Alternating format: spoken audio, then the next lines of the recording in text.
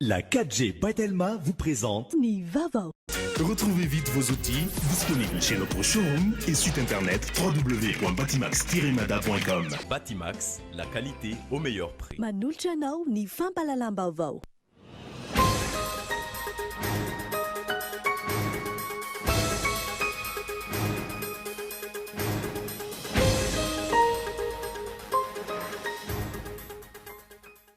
Nosavadin'ireo ministra fanatanjahantena misy 12 aty Afrika ho tompon-daka ny fanabeazana ara-batana sy ho mpitarika ny drafitrasa Kazan ny filohan'ny Repoblika Andry Rajoelina nandritra ny fivoriana rezionaly ireo ministra afrikana ny fanatanjahantena.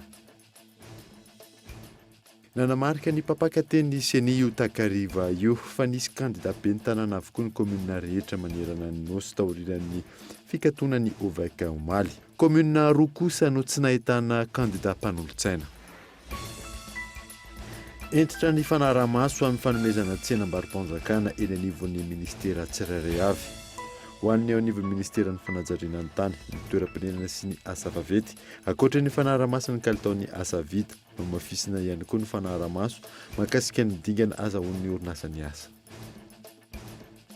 Ny farana androany ny fiofanana informatika ho an'ireo mpiofana miisa 720 tao amin'ny komuna Kadanandrina. Fiofanana izay naharitra efatrandro ary fiara-miasa tamin'ny fikambanana piftika. Eo amin'ny maresaka iraisam-pirenena, nanao hetsika fanairana nanomboka ny maraina teo ny metro sy ny bus ao Paris. Antony tseken'izy ireo ny fikasana ametrahana fanavozana ny fisotrondronono. Ny andedin'ireo avetrana.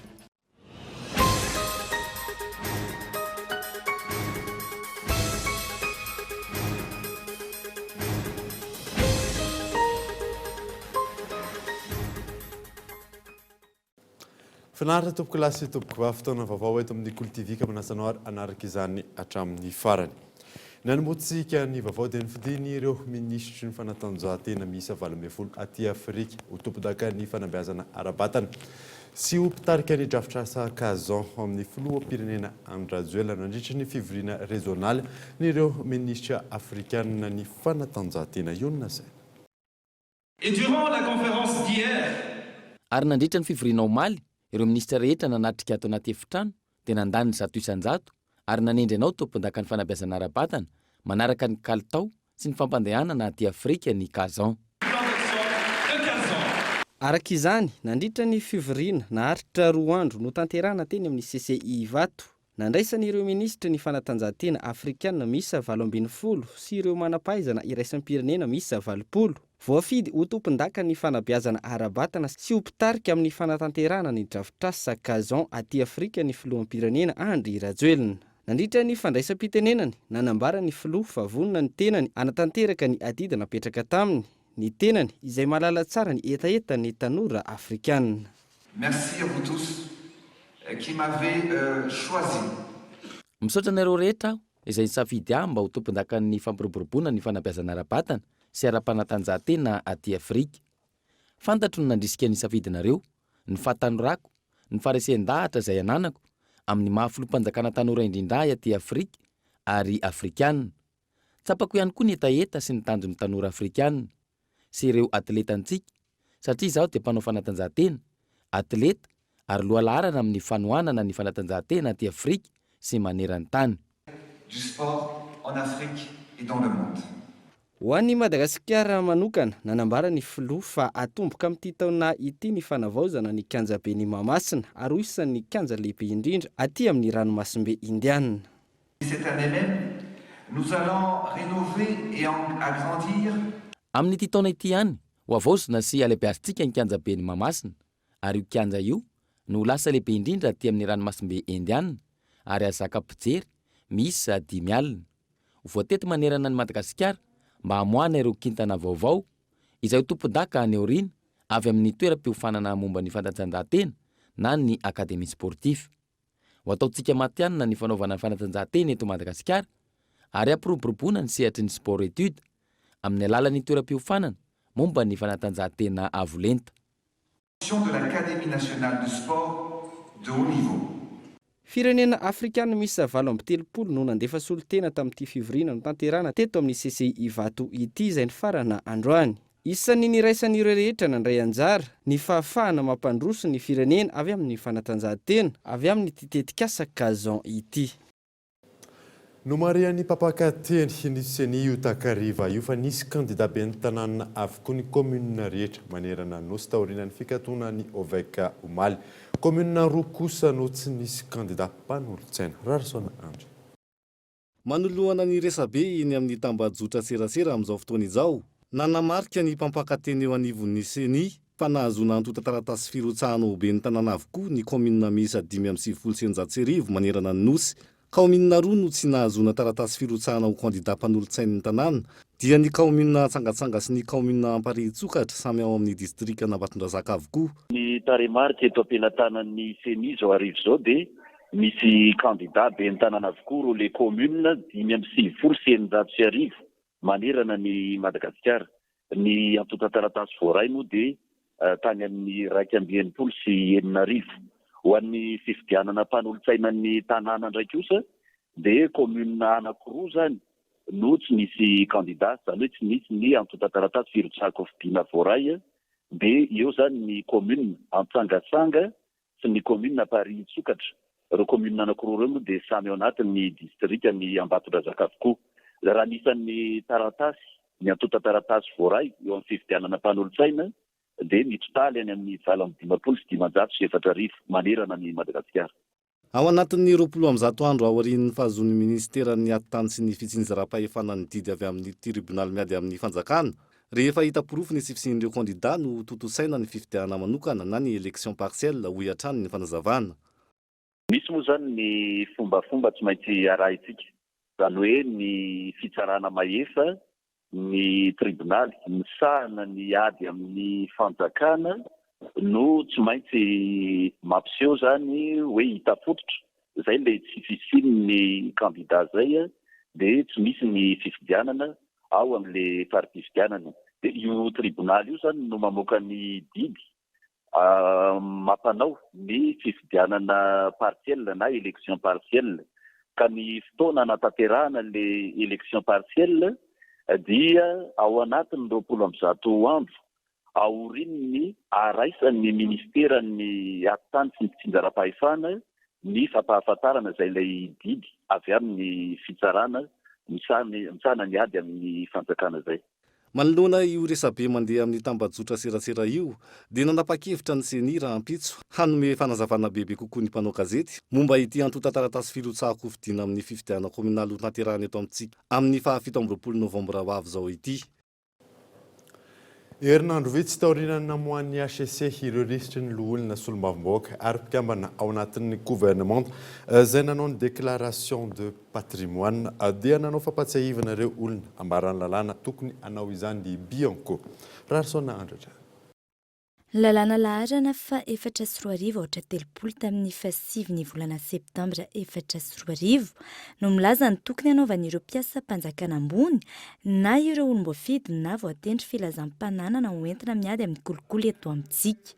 Misy ny sazy mifandraika amin'ireo tokony hanao izany nefa tsy manatontosa izany araka io lalàna io ihany. Herinandro vitsy taoriany namohan'ny fitsarana avy momba ny lalam-pandrenana ireo lisitry ny loholona solombavambahoaka ary mpikambana ao anatin'ny gouvernemanta dia nanao fampatsiahivana ireo olona ambarany lalàna tokony hanao izany filazam-pananana izany ny Bianco izay ireto avy izany. Voalohany amin'izany ny praiminisitra sy ny mpikambana rehetra ao anatin'ny gouvernemanta, eo ihany koa ireo loholona sy solombavambahoaka, ireo gouvernoran amin'ny faritany ny zakatena, lehibe ny faritra ary ireo ben'ny tanàna tsy misy ankanavaka. Tsy maintsy manao filazam-pananana ihany koa ny mpikambana rehetra ao amin'ny fitsarana avy momba ny lalam-pandrenana. Ireo mpitsara rehetra, na izy mpitsara eny anivon'ny fitsarana ambaratonga isan'ny tokony, na izy mpitsara administratif na mpitsara arabola. Ireo mpiasa mpanjakana ambony ny tana andraikitra eny anivon'ny ministera toy ny Italia isan'ny tokony. Manao filazam-pananana ihany avokoa ny inspecteur des domaines, du trésor, des douanes, des impôts et des finances.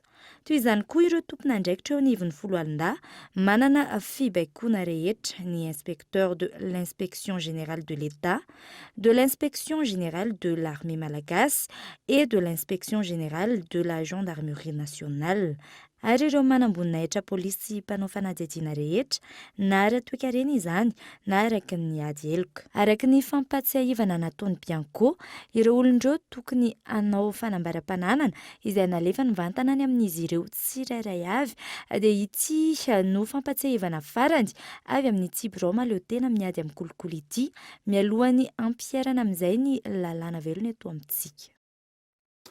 Andraisana fepetra entitra avokoa ireo mpiasa eo anivon'ny samifina amin'ny mandika lalàna araky ny mafisan'ny talento generalin'ny samifina tamin'ity androany ity taorian'ny raharaha famoahana tsy ambaratelo mpanadihadiana.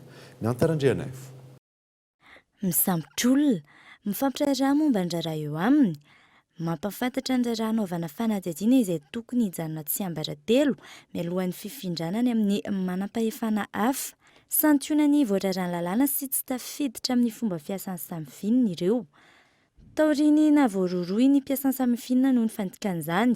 Entitra ny nambaran'ny tale jeneralin'ny samifinina androany ny amin'ny fanasaziana araky ny lalàna ireo mandika izany rehetra. Fantatra le olona, fantatra ny fandikana nataony dia ampitaina ny amin'ny manam-pahefana le izy. Ny asan'ny samifinina saripady, ny asan'ny samifinina tsy ambaratelo. Zahay ato amin'ny samifinina manao ny asanay araka ny voafetrany lalàna, tsotra fotsiny io. Raha olona ny ivelany ka mieritreritra ny hoe hitanao fitadiavam-bola ny raharahany samifinina manandrama dia ho hitanao ny valiny. Raha olona ato anatiny efa mahafantatra ireo mpiara-miasa amiko ireo fa ny fomba fiasa efa mipetraka. Tsy hoe ny antony tsy azo antoka ny tsy ambaratelo fa raha misy mandika dia tonga dia misy valiny ary marary ny valiny. Aza atahorana mihitsy hoe misy olona ho arovana ato na misy aniza fa zahay rehetra ireo manomboka amiko tale jeneraly ka hatramin'izay mpiara-miasa rehetra ato dia olona ambanin'ny lalàna ary tsisy fiarovana manokana fa rehefa mandika lalàna dia ampiarana lalàna. Etsy ankilany tsy mifanaraka ny toetry ny andro ny fitaovana ampiasaina samihafa eo anivon'ny samifinina. Olana izay isan'ny mahatonga ny fivoahan'ny tsy ambaratelo raha ny fanazavana. Misy manoloana io ny fepetra ho raisina. Saika mbola miasa tsika zany amina ina moa ty dossier fizika taratasy. Ny taratasy tokoa dia manahirana na ny mitantana azy rehefa miasa folo taona ianao dia efa feno ny archivanao tsy hitanao intsony aiza ny anasiana azy tsy maintsy potehina. Ary sarotra kokoa ny mitandrina ny tsy ambaratelo. Samifinina zany zao dia efa mizotra makany amin'ny dématérialisation. Tsy hoe sanatria hoe nisy zavatra tato dia zay no antony fa efa zay ny lalana. Fa mandra-pahatonga an'izay le fifindrana tanteraka any amin'ilay dématérialisation sy le fampiasana ny teknôlôjia avolenta amin'izay dia mety mbola misy foana ilay izy ary mametraka fotsiny zay ny ataoko hoe risque ngeza be amin'ity fampiasana dossier physique ity. Fandra ny tsy ambaratelo dia hiatoako ny tsy ambaratelo ny samifinina. Ratsahivina roa no nahitra Mponja Vozomaika taorian'ny fampanohavana teny amin'ny paka na pôle anti-corruption ny herinandro teo noho ny famoahana tsy ambaratelo mpanadihadiana. Nisy polisy iray mpanao fanadihadiana ao amin'ny samifinina ihany koa voaroroy tamin'ny raharaha. Efa miainga ny drafitra rehetra hitondrana ny Madagasikara any amin'ny émergence mizara telo mazava tsara izany raha ny fanazavana azo. Michelarina Arzona. Mizara telo ny dingana lalova ny firenena iray anatratra ny fisandratana na ny émergence. Isan'izany i Madagasikara. Efa manatanteraka ny dingana voalohany i Madagasikara amin'izao raha ny fanazavana. Isan'izany ny fametrahana ny fanjakana tsara tantana, ny ady amin'ny tsy fandriampahalemana, ny ady amin'ny kolikoly ary ny fampitomboana tsikelikely ny fari-piainan'ny malagasy. Faharoa kosa dia ny fametrahana ny lalàna mifehan'ny émergence zany hoe eo amin'ny lafin'ny investissement, eo amin'ny lafin'ireo zone d'émergence économique, eo amin'ny lafin'ny partenariat public privé, eo amin'ny lafin'ny ataontsika hoe mine sy ny activité économique rehetra zay tokony avadika ho gagnant zany hoe mba ahazo tombotsoa ny malagasy ao anatin'ny sehatra fiariny reny. Amin'ny dingana fahatelo na troisième vitesse kosa dia hiditsika amin'ny heritaona zany amin'ny atao hoe fametrahana ny foto-drafitrasa lehibe mba ahafahana miainga ao anatina infrastructure de standing international Madagasikara. Isan'ny mampiavaka ny pays émergent ny industrie. Azo tombony voalohany amin'izany ny tontolo ny famokarana. Io zany dia miala amin'ilay atao hoe ODOP na one district one project zany hoe isy zany ny industrialisation eraky ny faritra mba ahafahan'ireo mpamokatra anana lalam-barotra ary anana koa ataontsika hoe fitaovana hoentina manodina satria isy ny usine ao anatin'ireny district reny ary ao lefa tsikelikely izy io. Zay zany dia fomba fijery émergence. Amin'ny ankapobeny efa miainga raha ny fanazavana trano ny fisandratan'i Madagasikara ary manaraka ny Vina sy ny Velirano napetraky ny filohan'ny Repoblika. Olona manana traikefa ary mahalala tsara ny zava-misy eto Antananarivo renivohitra ny kandidat André Titoaina avy amin'ny IRD raha ny fanadidina natao tamin'ity androany ity. Manana paikady anarenan'ny renivohitry Madagasikara ny tenany. Iona saina. Maro ny faneho-kevitra nivoaka tamin'ny fampalalam-baovao maro samihafa taorian'ny fahafantarana ireo kandida ho ben'ny tanàna eto Antananarivo renivohitra. Ho an'ny solombavam-bahoaka ny Madagasikara Lantora Kotomanga, olona mahafantatra tsara ny toetra raha eto Antananarivo renivohitra ny kandida avy amin'ny IRD Naina André Titoaina. Vonona amin'ny fampandrosoana ny tanàna Antananarivo izay renivohitry ny Madagasikara. Ao ihany koa ilay candidat ny IRD izay olona anisany mahay miara-miasa ary efa niara-niasa amin'ny filohan'ny Repoblika. Izany hoe mifameno feno tsara zany ny fenitra rehetrarehetra ahafahan'ny tanàna Antananarivo mivoatra ao anatin'izay zavatra izay. Indrindra ilay gaboraraka nisy ny loto, ny kolikoly, ny fanaparam-pahefana rehetrarehetra dia tao anatin'ny programan'ny candidat ny IRD ny anarina sy anamboatra an'izay tsy mety rehetrarehetra. Mpandraraha manana ny maizy azy izy ary havanana ihany koa amin'ny fifandraisana amin'ny avy any velany. Antony na ministra ny raharaham-bahiny azy izay no faneho-kevitra ireo mpanao politika. Ny anarana André Titoaina izany na teo amin'ny tantara na tamin'ny andron'ny fampanjaka na teto amin'ny andron'ny tantara ara politika sy ny fivoarana teto Madagasikara hatramin'izay ka hatramin'izao dia azo lazaina fa zanaky ny ataontsika hoe fa manana ny fahaiza-manao, manana ny traikefa zany André Titoaina izany ary tsy atoro ao anatin'ny ataontsika hoe vina fampandrosoana ny ben'ny tanàna. Candidat ben'ny tanàna Naina André Titoaina zany dia hitondra rivo-baovao ary ametraka ny asiny n'Antananarivo amin'ny laoniny indray. Olona ataoko hoe tsy tena mpanao politika be ohatranay hoe tena mitolona amin'ny politika satria zany fitantanana n'Antananarivo zany dia olona mpivondrona ny vahoakana Antananarivo. Dia ny safidy zany ny ministra Naina André Titoaina no safidin'ny maro tao anatin'ilay izy. Dia izy koa ny eritreretinay fa olona manatraikefa ary olona ataoko hoe mpandraraha matanjaka anao valim-babena ho an'ny tanàna Antananarivo izy. Raha ny fanazavan'ireo ekipa mpanohana ny kandida Naina André Titoaina ho avy ny fotoan-dehibe iaona ny kandida amin'ny vahoaka Antananarivo ahafantarana misimisy kokoa ny momba azy sy ny drafitra matipaika entiny amerenana ny asina Antananarivo renivohitry Madagasikara. Ny volana novambra ho avy izao ny roso amin'ny fandiniana ireo fomba ampiasaina vola anatsarana ny sosialim-bahoaka ny grema raha toka efa nisy ny fandiniana ny antony ampiasaina ny vola sy ny teti-bidy ilaina. Gaetan Andriatsilavo. Mizara telo ny fanadihadiana ataon'ny fivondronam-be ny Paitokarena eto Madagasikara ho fanatsarana ny sosialim-bahoaka manoloana ny fampiasana vola eto amintsika. Inona no antony, ohatrinona ary aiza no ampiasana azy? Eo amin'ny dingana faharoa isika amin'izao fotoana ary ny volana novambra ho avy izao no hiditra amin'ny dingana fahatelo.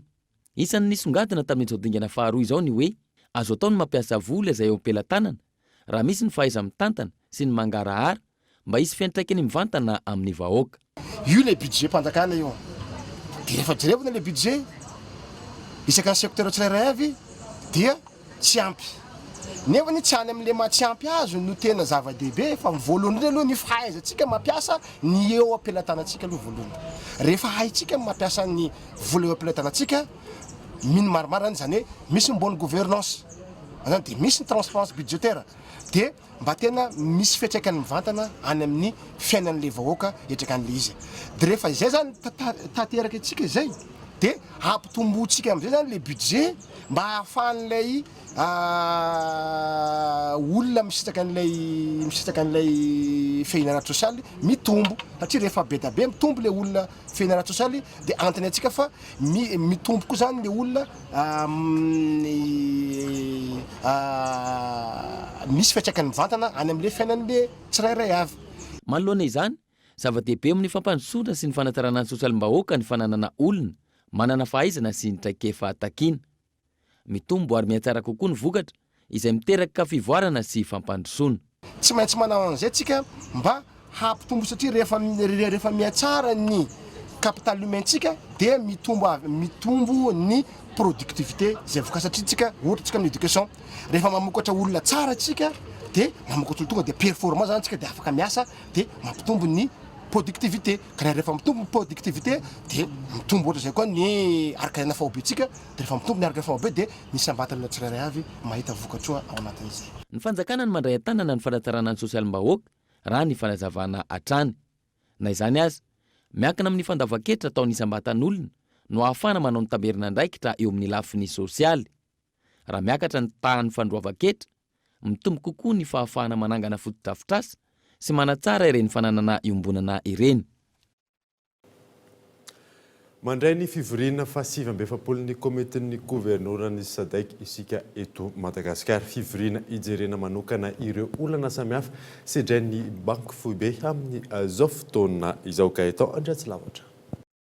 Voalohany isika eto Madagasikara no nandray ny fivoriana ataon'ny komitin'ny governoran'ny SADC izay ahitana mpandray anjara manodidina ny 570 solitena avy amin'ny Banque Foibe mpikambana ao anatin'ny vondrona.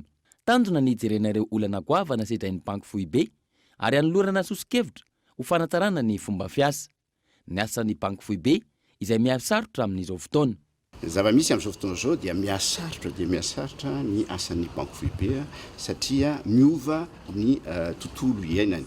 Vao resaka teo zao ohatra ny atao anatiny resantsika ny resaka chômage reny zavatra efa fantatra ihany na ny inflation ohatra fa ny tena marina dia zao eo amin'ny lafiny iraisam-pirenena zany dia be dia be ireo olana mitranga ary ny olona dia miandrandra hoe ny Banque Foibe no tsy maintsy no afaka mitady vahaolana amin'izany. Zany efa tsy maintsy jerena zany ahoana ny afahana mitady an'izay vahaolana zay. Ny fivoriana zay atrehantsika zany dia hijery an'ireo olana samihafa zay volaza teo dia hifanakalo hevitra hoe raha isika Banque Foibe aty amin'ny faritra atsimo inona mba asosikevitra zany etsika manodidina an'izay olana samihafa zay. Isan'ny fanontaniana apetraky ny be sy ny maro ankehitriny ny hoe marindanja ve ny volantsika malagasy amin'izao fotoana? Ny atao hoe marindanja dia fomba roa ny ilazantsika azy hoe voary ve izy eo amin'ny lafiny fiakaran'ny vidim-piainana ny inflation no resantsika zany ary eo amin'ny fifandraisana avy amin'ny velany ve izy tena zay ny tena lanjan'ny fifanakalozana. Raha eo amin'ny lafiny inflation moa dia fantatrareo fa manodididina 7-8 isan-jatontsika amin'izao fotoana izao mbola tsy tratra ny tanjona dia ambaniny 5 isan-jato.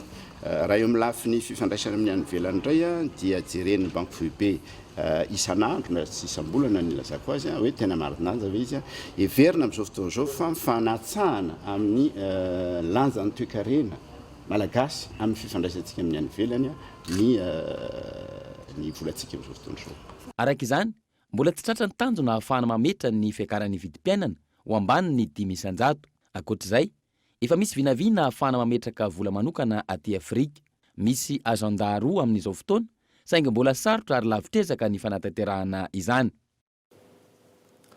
Mitoy ny fijerena ifotony entina anatsarana ny setry ny industrie eto Madagasikara. Industrie telo no tsy dia minisitra tompona andraikitra androany ka no amafisany tamin'izany ny fametrahana ny arifenitra sy ny pacte d'industrialisation. Yves Richard. Ao anatin'ny famerenana amin'ilony ny industrie eto Madagasikara ny fitondram-panjakana amin'ny alalan'ny ministera ny varotra ny industrie sy ny asa tanana ankehitriny. Mitoy ny fijerena ifotony tantsorika entina nampiana ny industrie isan'ny tokony manerana amin'ny Madagasikara. Fepetra sy arifenitra maro ihany koa ankoatr'izany no apetraka. Isiany fifaninanana ara-dalàna ka isan'izany ny pacte d'industrialisation.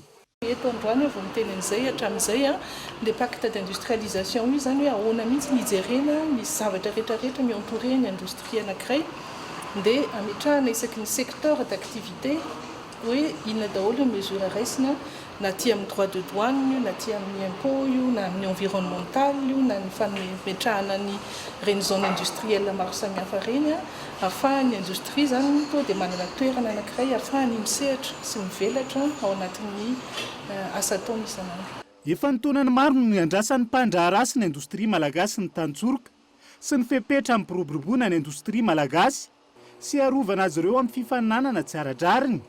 namaly ny etaetany araka izany ny laminasa sy ny politika kabe ny ministera ankehitriny. Sur l'accompagnement mesure incitative teneny dans le ministre atao zay zavatra efa nitakiny efa amatona angely izy satria manko tsy afaka iroborobo mihitsy zany industrie zany raha tsy eo le mesure le ina moa le tontolo iainana ahafahany mamokatra satria ny industrie tsy maintsy mamokatra ao anatiny plus izy mamokatra plus izy afaka manolotra vokatra afaka mifaninana tsara amin'ny nany vitany ivelany nany eto toerana. Tafiditra ao anatin'ny fanamby ny fitondram-panjakana amin'ny fanamafisana ny fanodinany eto Madagasikara ny politika amin'ny ministera ny indostria, ny varotra sy ny asa tanana amin'izao fotoana. Anatsara ny lafin'ny toe-karena indrindra ny fitombon'ny valeur azote ihany koa zany, hoy ny fanazavana hatrany. Raha indostria telo mpamokatra zava-pisotro, pâte alimentaire sy savony no notsidihana androany, namafisin'ny minisitra tompona andraikitra fa hotohizana ny asa ary isandrahaka manerana amin'ny Madagasikara. Tonga tamin'ny fotoana ny dokavatra isika aorianan'izay ny atantsika mahakasika ny tsenam-barom-panjakana.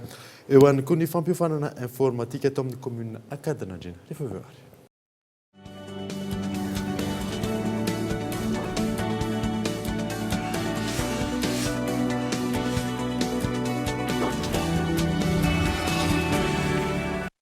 Geox, Puma, San Marina, Unisa, Tamaris, Guess, Minelli, JB Martin, Adidas, Fossil, Asics, New Balance et Ralph Lauren. Boutique Le Coin des Marques, un grand choix de parfums, montres, sacs et chaussures de marque. Alors, venez découvrir notre boutique Le Coin des Marques, des articles de marque pour hommes, femmes et enfants.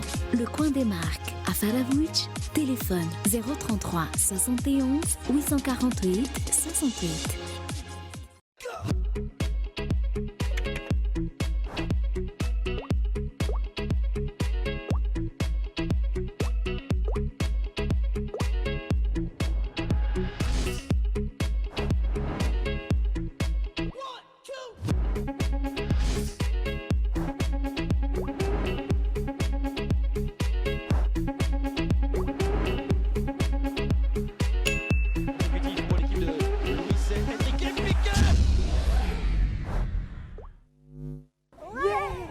Nous vous livrons la solution chez vous en un seul clic. Commandez dès maintenant sur notre site, payez en toute sécurité et faites-vous livrer en 24 heures. ABC, l'expert en construction et aménagement.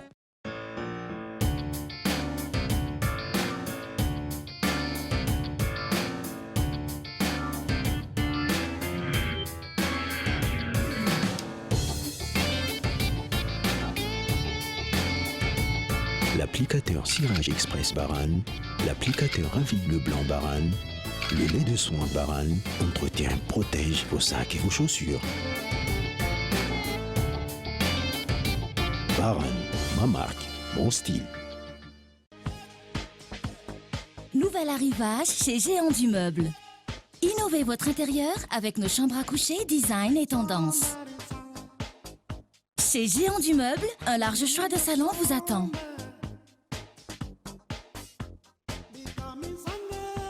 Trouvez des meubles et des de déco avec une multitude de couleurs adaptées à vos goûts. Venez visiter notre showroom à Tanzbat et Beorirk. Géant du Meuble, bien moins cher, bien chez soi.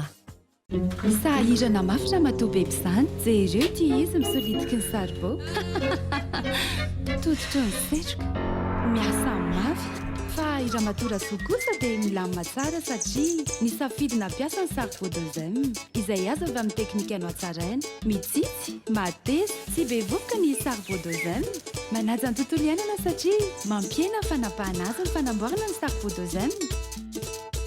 Saribao dozem manova ny fiainanao. Oui, appel vers tous les opérateurs.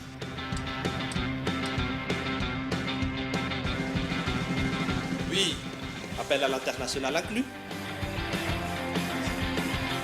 Oui, mes SMS, je ne les compte plus.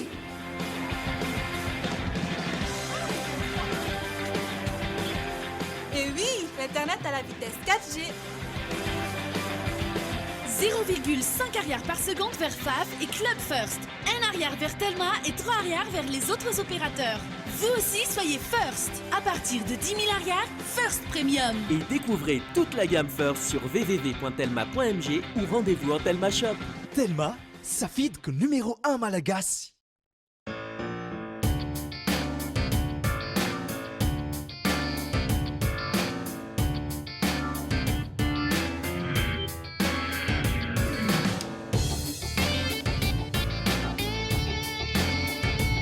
L'applicateur Cirage Express Baran, l'applicateur Ravi Bleu Blanc Baran, le lait de soin Baran entretient, protège vos sacs et vos chaussures. Baran, ma marque, mon style.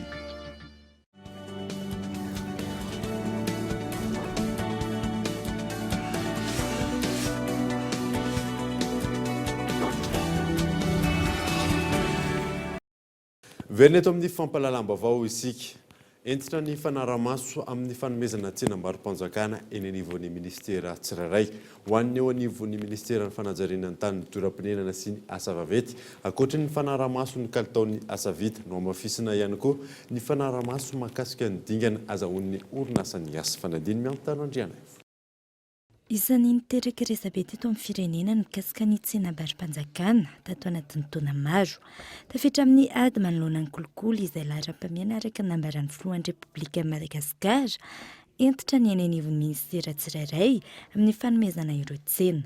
Mba hisian'ny transparence tanteraka zany eto amin'ny ministera dia tsy nasiana mihitsy aloha zany ny appel d'offre restreint mba amin'izay ahafahan'ny petites et moyennes entreprises misoumissionna daholo amin'izay travaux rehetrarehetra miseho eto amin'ny ministera, mivoaka eto amin'ny ministera zany. Raha ohatra indray zany izy ka vao hoe entreprise vao nouvellement créée dia afaka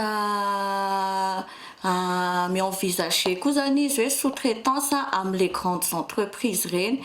Dia reny zany mba ahafahany manana travaux similaires zany satria ao anatin'ny marché public zany mba ahafahana hoe amoahana an'ilay tena hoe entreprise tsara dia mba ilaina zany izy mba efa nanao travaux similaires arak'ilay marché tediavin'ny fanjakana zany. Teboka maro no arahana amin'ny famoahana izany, eo ihany koa ny mikasika ny vidiny. Mizara roa zany ny appel d'offre eto amin'ny ministera. Misy zany ny avis de consultation ouverte. Iny zany rehefa latsaky ny 1 milliard d'ariary dia iny zany affichage 10 jours fotsiny eo amin'ny ao amin'ny ARMP sy ao amin'ny CDE atao amin'ny ministera ihany. Fa rehefa mihoatra an'izay zany izy dia lasa appel d'offre ouvert dia mivoaka ho an'ny olona rehetrarehetra dia miseho amin'ny gazety alefa publication amin'ny gazety zany ilay izy Ho an'ny anivon'ny ministera ny fanajariana ny tany, ny toeram-ponenana ary ny asa vaventy ratsy ivona entitra ny nambaran'ny ministra Adzo Andriananarivelo mikasika ny kalitaon'ny asa rehetra. Tsy tahaka ny tany aloha, misy antoka voafetra amin'ny fepitaona anatin'ny fifanarahana avokoa ny fanamboarana atao rehetra. Araka ny fanadadiana hitantsika teo eny dia mahakasika ny tsenam-barom-panjakana sy ny manodidina izay ny fanadadiana teo. Ka tonga eto amin'ny plateau-ny Kolo TV amin'ny dialety miantarandrianay vitondra fanazavana mahakasika an'izay tolobidy sy ny tolo-barom-panjakana izay miarabanao mianta inona ny azo resara sy ny tsara fantatra mahakasika an'izay tsenam-barom-panjakana izay. Miarabantsika rehetra araky ny nambarany an'i Lalaina Davida teo dia mikasikasika ny resaka tsenam-barom-panjakana no resahantsika izany hoe hitondrana fanazavana kokoa angamba ny mikasika izay indray no entsika ato anatin'ny fampalalam-baovao. Ny dingana rana ao anatin'izay no resahantsika fa mialohan'izay dia tsara ny manamarika fa raha ny tsenam-barom-panjakana aloha eto Madagasikara dia saika misokatra avokoa izany hoe afaka fantariny rehetrarehetra ary afaka andraisan'ny rehetrarehetra anjara izany hoe afaka mamaly ny antso avokoa ny orinasa tsirairay ary amin'ny ankabehany ihany koa ny anivon'ny ministera tsirairay ohatra dia izay manome tolotra mora kokoa raha ny filazana azy moa zany dia hoe moins 10 ans dia izay no mahazo ny asa raha ohatra zany ka hoe tomombana atsakany sy andavany avokoa ny resaka antota taratasy ilaina sy ny hoe traikefa ilaina amin'izay hoe tolotra asa misy izay.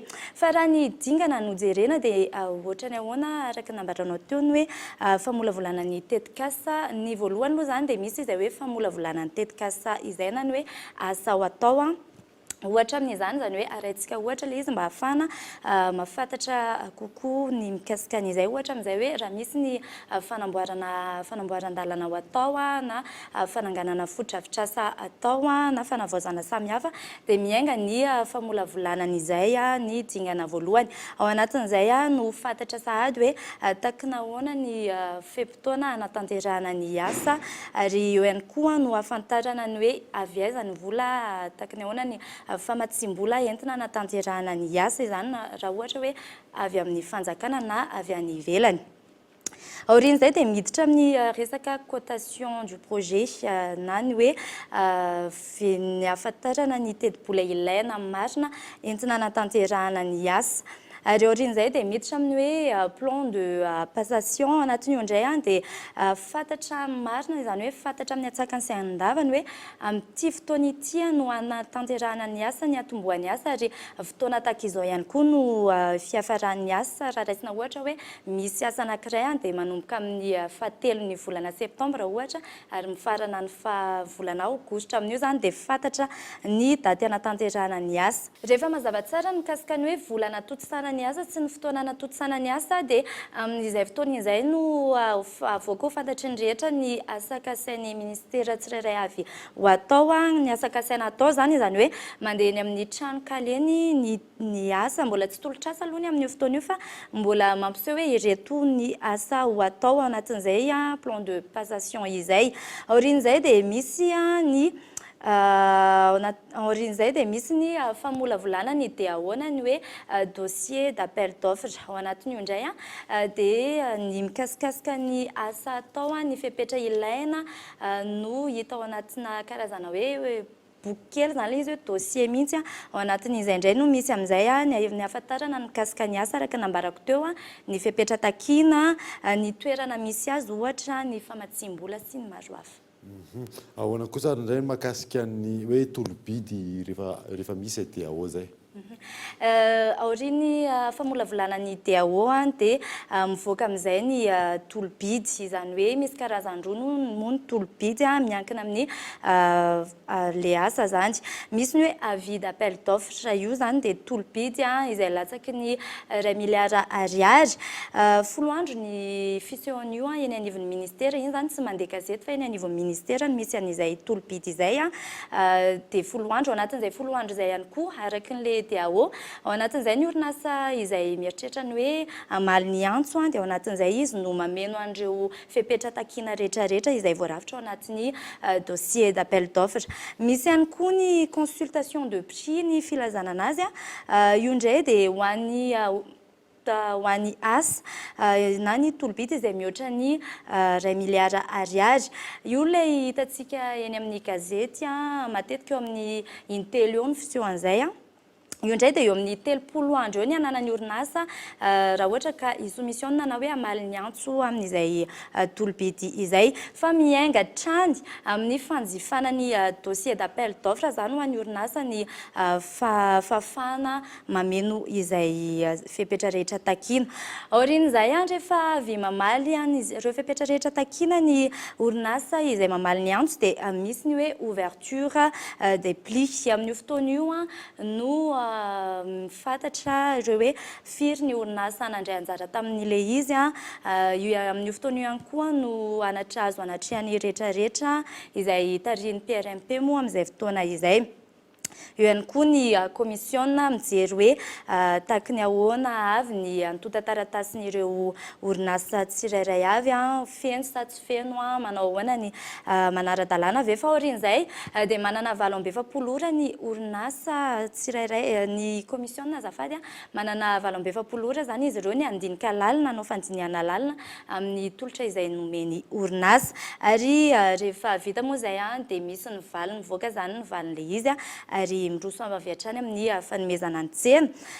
Raha toa moa ka hoe tsena izay ambonimbony vidy na eo amin'ny hoe mahery ny 10 milliards ariary eo dia mbola mandalo amin'ny CNM ny fanaraha-maso entina amin'izay hoe fanamarihana hoe tena azo tamin'ny ara-dalàna tanteraka ve ny asa n'ilay orinasa iray amin'izay hoe montant ambonimbony izay no mikasika ny hoe fanomezana ny asa hatrany amin'ny voalohany ka hatramin'ny hoe aty amin'ny fahazahoan'ny orinasa ny asa. Zay nazavainao zay ny resaka hoe asa ahoana kosa ny aty ankilany ny resaka orinasa hoe inona ny fepetra takina mba azahoan'ny orinasa ray afaka miditra amin'atiny hoe tolobidy sy manao ny asa mpanjakana ireo. Amin'ny ankapobeny aloha amin'izy hoe tsena misokatra izay dia afaka mandray anjara sy hoe afaka mamaly antso avokoa ny orinasa rehetrarehetra na izany ary dia misy ihany ny fepetra izay hoe voasoratra efa misoratra ao anatin'ny hoe dossier d'appel d'offre sy ny amin'ny avis d'appel d'offre na ny tolobidy misokatra izany. Isan'izany ohatra ny resaka NIF stat, ny resaka ETRA, ny resaka hoe fananao asa mitovy amin'ilay tolobidy ve ny orinasa iray na ny antsoina hoe travaux similaires izany. Misy ihany koa ny resaka hoe fonds de roulement. Io fonds de roulement io moa zany dia mikasika ny hoe misy vola ve entiny orinasa anankiray anatanterahana amin'ny aty am-piandohany aloha ny asa misy eo. Santionany ihany izay fa betsabetsaka ny fepetra izay takina ao anatin'izay hoe fahazahoana asa iray izay. Ankatrany ao miantarandrianay efa mitondra fanazavana mahakasika ny hoe tsenam-barim-panjakana eto Madagasikara izay. Mankasitraka antsika rehetra. Ny farana androany fiofanana informatika ho an'ireo mpiofana miisa 720 tao amin'ny commune Akatanandrina. Fampiofanana izay naharitra efatrandro ary fiara-miasa tamin'ny fikambanana Piftik Fradina. Ny farana androany ny fiofanana informatika ho an'ireo mpiofana miisa 720 teto amin'ny commune Akatanandrina. Fiofanana izay naharitra efatrandro izay nitanterahina tetsy amin'ny centre de formation professionnelle Akatanandrina izay niarahana tamin'ny fikambanana Piftik.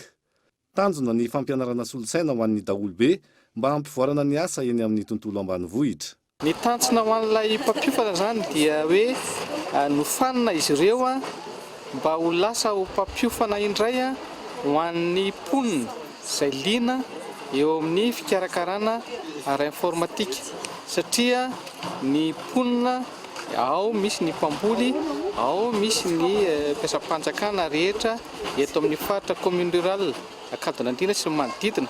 Izay niofana izy ireo ahafahany mikirakira ny informatika, mijery ny rehetra ara-teknôlôjika eo amin'ny resaka fambolena sy ny izay asa rehetra mandrara ataony aty amin'ny commune rurale Akatanandrina. Nizotra araka ny tokony ho izy ny fiofana nandritry ny efatrandro ary hita fa efa vonona ny sisehatra ao anatin'ny fampiofana ireo efatrambin'ny folomena-day nahazo fiofanana.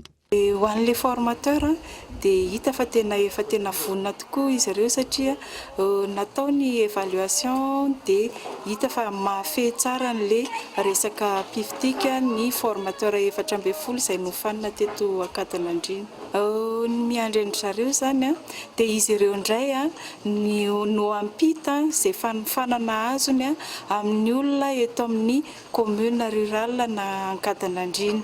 Tsy mifidy olona, tsy mifidy sarangan'olona fa izay rehetra mazoto ka te handalina misimisy kokoa mikasika ny tika dia afaka tonga eto amin'ny zareo dia izy 720 indray ampiofana ny izy 720 mianatany. Raha ny fanazavan'ny tompona andraikitra antenaina fa hisy fiovarana eo amin'ny tantsaha ny fijorian'izao ivon-toeram-piofana sy fanofanana izao raha ny eto amin'ny commune Akatanandrina.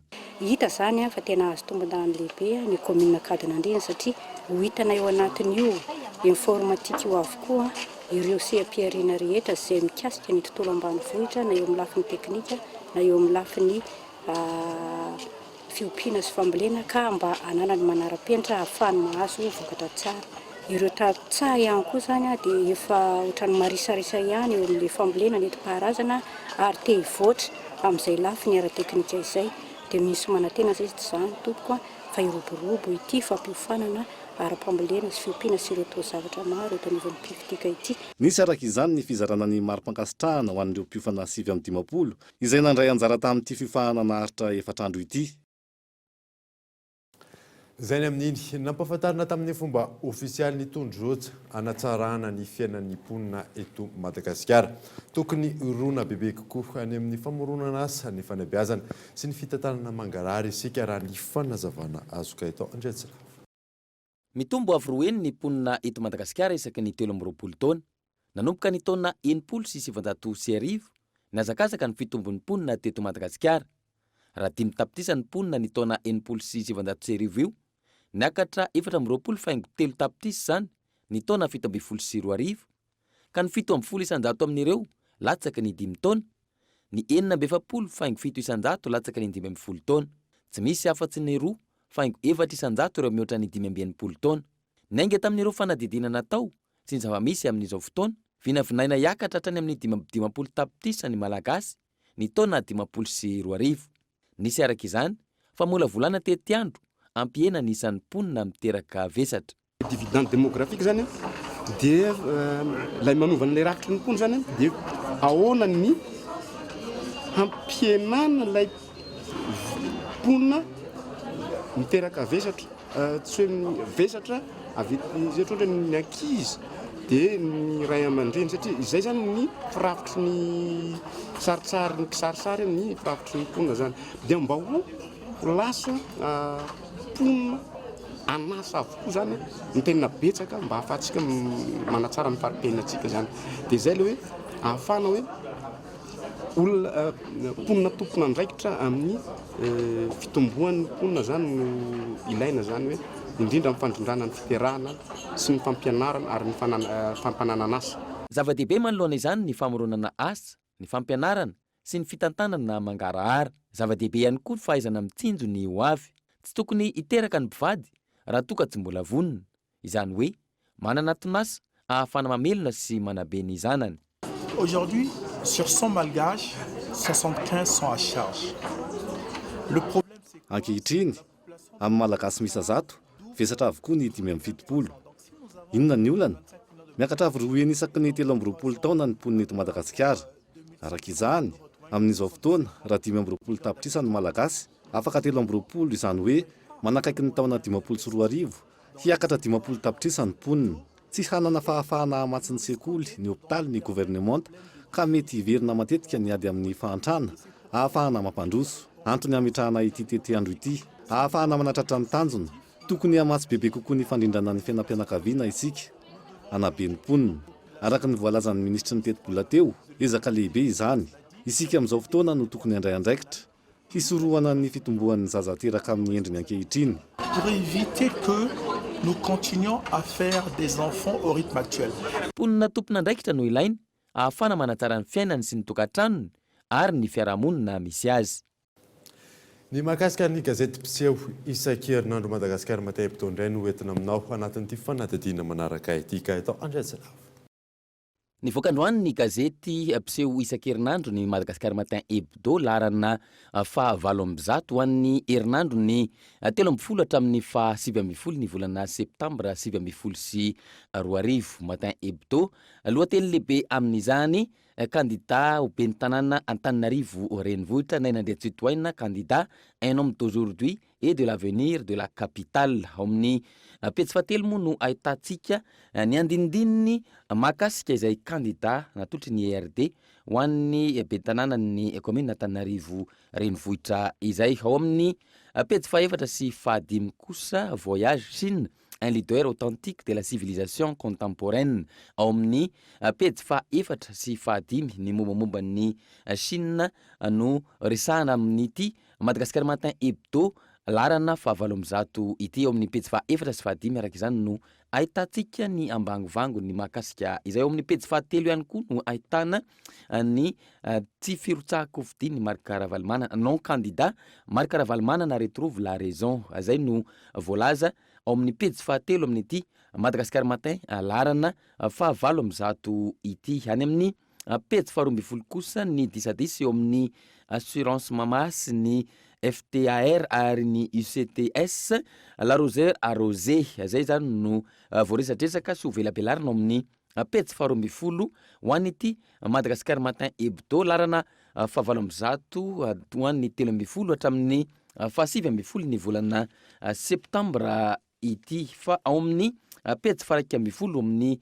Madagasikara Matin Hebdo hatrany fandarana lalino amin'ny Akolo TV mahavelona ny fitandrana vatomanga ao Katsepy, mahavelona ny fitandrana Celestite na vatomanga any amin'ny faritra Boeny ao anatina fokotany Sankoany commune na Katsepy. Vitsy nefa ny mpividy noho ny faratsiany lalana sy ny tsy fampiny fotodrafitrasa any an-toerana ao amin'ny Akolo TV ao anatin'ny fandarana lalino isaky ny alady ary amin'ny alady ho avy izao no anarahanao ny mahakasikasika izay fitandrana vatomanga ao Katsepy izay ary ao amin'ny pejy faraiky 12 amin'ny Madagasikara Matin Hebdo mo no ahitanao ihany koa ny andinindininy mahakasika izany ao amin'ny pejy 10 ny tokotany be art culinaire tourisme et hôtellerie à Villa School Sali avec BHMS Suisse izay no voalazany ao amin'ny tokotany be ao amin'ny pejy 10 ho an'ity Madagasikara Matin Hebdo larana 7 ity. Ny toto-saina androany tetsy amin'ny Lepavé-Antaninarenina ny fandraisana ireo mpisotro ronono vaovao eo anivon'ny Omda Keziara Benmana. Mpanakanto zokiolona maro avy amin'ny lavalon'ny nosy no ny ao n'androany tetsy amin'ny Lepavé-Antaninarenina etsika izay mikarakaran'ny Omda. Ao anatin'izany ihany koa ny fandraisana ireo mpisotro ronono vaovao izay mahafehy ireo fipetratakina azona mandray io fisotron-dronono io. Efa mahery ny 12 taona ny nananganan'ny Omda ity etsika ity. Tanjona amin'izany ny anampiny ireo mpanakanto efa misotro ronono ary koa ny ampahafantarana ny zon'ny mpamorona. Raha ny antotanisa, 150 ireo mpikambana ao amin'izany amin'izao fotoana, 170 ireo efa nodimandry, 270 ny totalin'ny mpikambana manomboka ny taona ny foronany. Lokana etsika zany ho an'ireo mpanakanto zokolona. Ankoatr'izay zany dia fandraisana an'ireo mpisotro ronono izay mahafeno fepetra. Inona moa le fepetra? Voalohany indrindra 80 taona.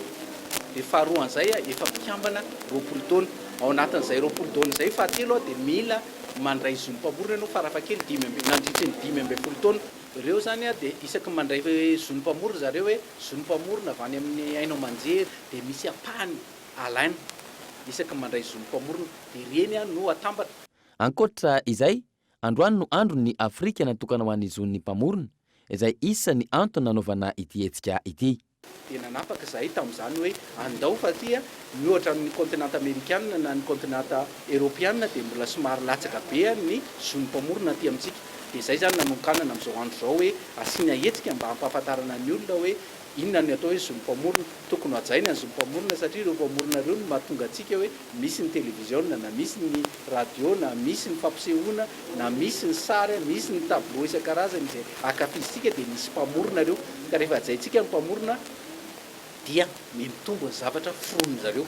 Raha oharina tamin'ny taona lasa nampiakarin'ny Omda 20 isanjato hatramin'ny 15 isanjato ny volany mena ireo mpisotro ronono ireo ary isaky ny 3 volana no andraisan'izy ireo izay fisotron-dronono izay.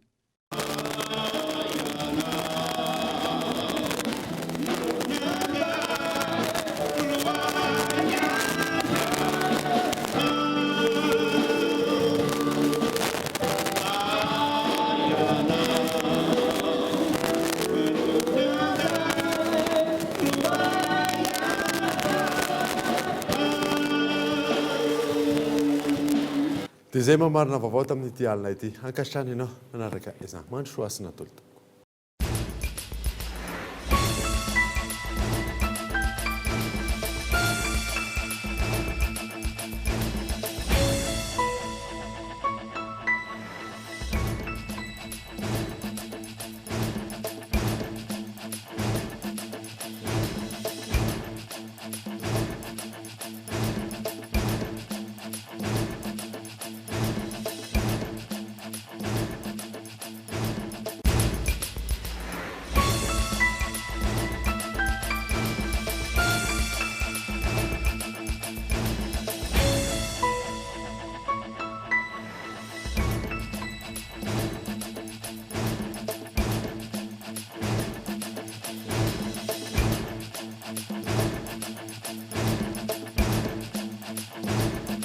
Les groupes électrogènes CGM 100% italien avec moteur original. Puissance à partir de 10 kVA. Garantie 1 an. SAV de qualité. Fini les coupures. Soyez autonome. Batimax, la qualité au meilleur prix. Nanulchanao teo ny fampalalam-baovao. La 4G by Telma vous a présenté ny vaovao.